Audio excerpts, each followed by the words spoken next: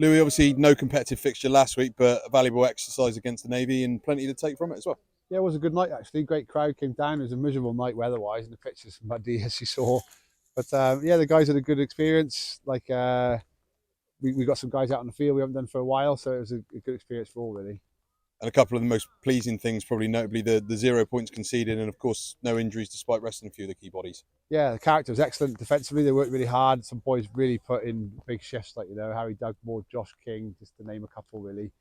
So they grafted, and to always get 0 on the scoreboard is a nice feeling. So we're really happy with that. You mentioned it there, obviously a few rested bodies, and a lot of the lads that did play put their hands up for selection going forward as well.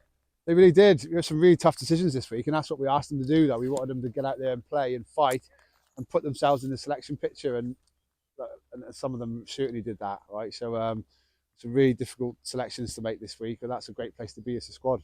Looking at selection this week and back to a very similar 23 to the start of 2024 as most of the selections we've made.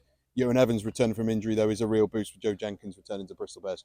Yeah, Joe was fantastic when he was with us. He did a really good job, and he got a really bright future. But Johan back for us is massive. He's a glue player. He's super talented and talks loads in a real positive way. And yeah, having him back in the 15 is massive for us. And yeah, I think we've got a really good team this week, and we know we've got to perform really well up in Caldy to get a result.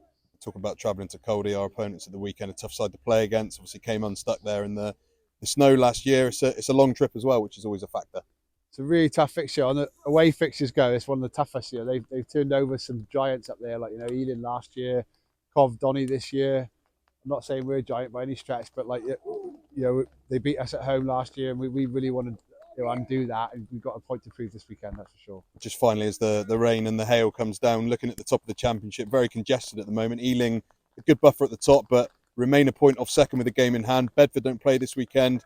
Coventry travel to Donny. It's a real opportunity this week to get back towards second, which we obviously have our eye on.